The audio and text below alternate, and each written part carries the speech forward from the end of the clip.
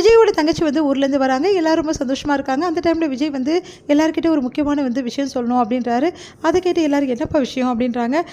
இல்லை, காவேரிக்கு வந்து நகைகளாக வாங்க வேண்டியது இருக்குது, அவளுக்கு சாரி நகைகளாக வாங்கணும் அப்படின்னோடனே, என்னப்பா நீ திடீர்னு காவேரிக்கு வாங்கணும்னு சொல்லிட்டு நிச்சயதார்த்தம் வந்து வந்து என் பையனுக்கு ராகினிக்கு வேணால் வாங்கலாம், காவேரிக்கு ஏன் வாங்கணும் அப்படின்னு சொல்லிட்டு அன்பரசு கேட்குறாரு. காவேரிக்கு தான் வாங்கணும், ஏன்னா ஃபங்க்ஷன் காவேரிக்கு. என்னது ஃபங்க்ஷனா, என்னப்பா சொல்கிற அப்படின்னோடனே, நான் நிச்சயதார்த்தத்தை பற்றி பேசலை, காவேரிக்கு வந்து நடக்க வேண்டிய ஃபங்க்ஷனை பற்றி பேசினேன் அப்படின்னு எல்லாருமே அதிர்ச்சியாக கேட்டுட்ருக்காங்க. என்ன சொல்கிற விஜய் அப்படின்னோடனே, பாட்டி உங்களுக்கு ஞாபகம் இருக்கா, கொஞ்சம் நாளைக்கு முன்னாடி நீங்கள் காவேரிக்கு வந்து ஏதோ ஃபங்க்ஷன் பண்ணணும், தாலியில் வந்து சரடு போடணும் அப்படின்னு சொல்லி சொன்னீங்கல்ல அப்படின்னு. ஆமாப்பா, அப்போ தான் வந்து அப்படியே தள்ளி போயிடுச்சு, அப்புறம் அதை பற்றி நீங்கள் பேசல, காவேரிக்கு இப்போ பண்ணிடலாமா அப்படின்னு சொல்லிட்டு கேட்குறாரு. உடனே வந்து ஆமாப்பா நல்ல நாள் வருது பண்ணிடலாம் அப்படின்னு சொல்கிறாங்க.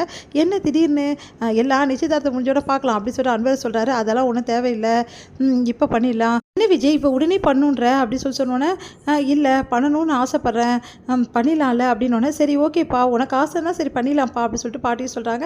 சரி ஓகே பண்ணிடலான்னொன்னே, என் பையனோட நிச்சயதார்த்தம் வச்சுட்டு இதெல்லாம் தேவையா அப்படின்ற மாதிரி அன்பரசு ஓவராக பண்ணுறாரு. ஏங்க நிச்சயதார்த்தம் எப்போ நடக்க போகுது, இப்போ நடக்குது, அதுக்கு ஒன்றும் டைம் இருக்குது, நாளைக்கு கூட நல்ல நாள் இருக்குது, காவேரிக்கு விசேஷம் வச்சிடலாம் அப்படின்னு சொல்லிட்டு வீட்டில் இருக்கவங்களாம் சொல்கிறாங்க.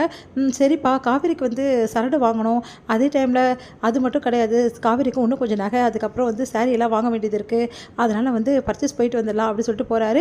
அதை கேட்டு வந்து என்ன இவன் ஓவராக பண்ணுறானே அப்படின்னு சொல்லிட்டு அன்பரசு சொல்லிட்டு இருக்காரு.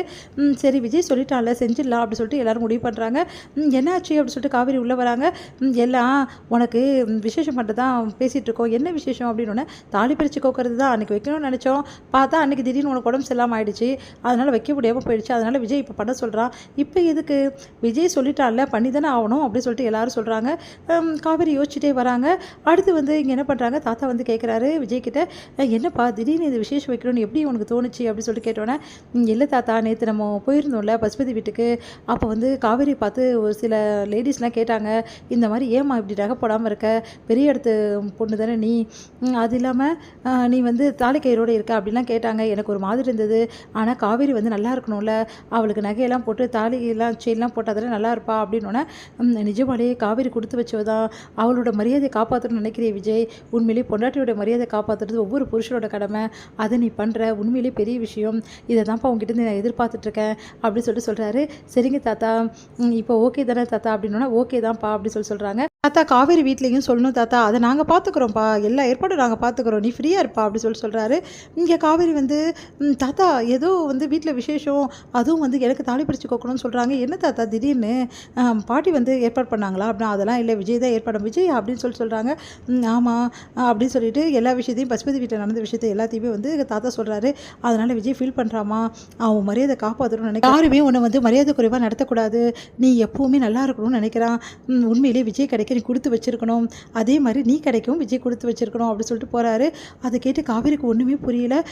அப்போ வந்து பசுபதி வீட்டில் நடந்த விஷயத்த வந்து விஜய் வந்து மனசில் வச்சு தான் இதெல்லாம் பண்ணுறாரா, என் மரியாதையை காப்பாற்றுறீங்க, எனக்கு நல்லது பண்ணுறீங்க, எல்லாமே பண்ணிவிட்டு அதுக்கப்புறம் ஏன் விஜய் வந்து நான் வந்து உங்களை விட்டு பிரியணும்னு நினைக்கிறீங்க, காலம் ஃபுல்லாக உங்கள் கூட நல்லா இருக்க முடியாதா அப்படின்னு சொல்லிட்டு காவேரி வந்து இன்னும் ஃபீல் பண்ண ஆரம்பிச்சிடுறாங்க.